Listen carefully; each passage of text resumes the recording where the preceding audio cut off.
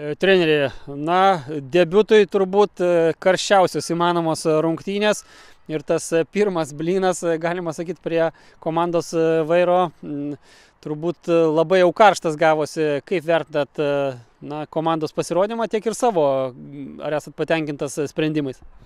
Manau, kad čia viską jau treneris buvo sudėliojęs ir paruošęs komandą, aš tai atėjau tik tai atlikti vaidmenį. O rungtynės, tai ką, galim pasakyti, kad buvo gyvos, tikrai, ir viena komanda turėjo momentų, ir kita komanda turėjo momentų, tikrai nebuvo taip, kad buvo kamuolys stumdomas kažkur tai viduryje aikštės ir panašiai.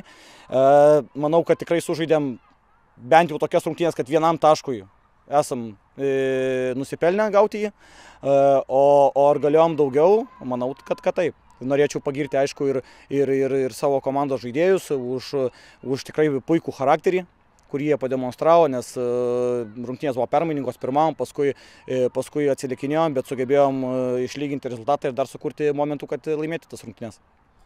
Pirmasis kėlinys, taip varžovai drąsiai pradėjo, tarsi parodydami, ko jie čia atvažiavo, bet kėlinio vidurys ir greita kontrataka, greitas ir sėkmingas realizavimas to pranašumo. Kaip tą įvartinę situaciją vertinat? Tikrai puikiai kontrataka, atėmėm kamuolį viduryje aikštės, išėjom į greitą išpuolį ir puikus Lazaro sprendimas, puikus smūgis ir labai gražus įvartis. Įgijot pranašumą, į antrą kėlinį žengėt turėdami tą persvarą, bet viskas apsivertė aukštyn kojom.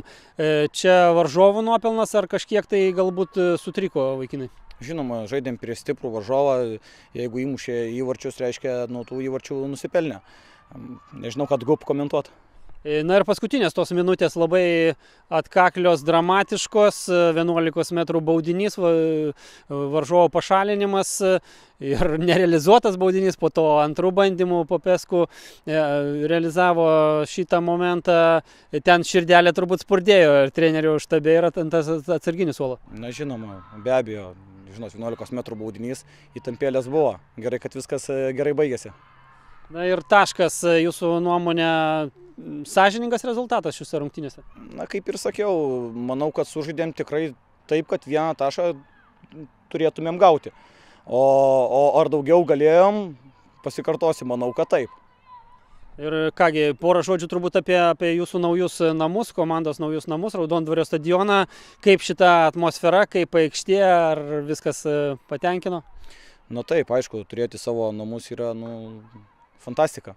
Šiandien matėt, kiek žmonių susirinko į rungtynės, tai noriu ir jiems padėkoti nuo viso klubo, apskritai bendruomeniai, visam klubui, didelis įvykis turėti savo aikštę.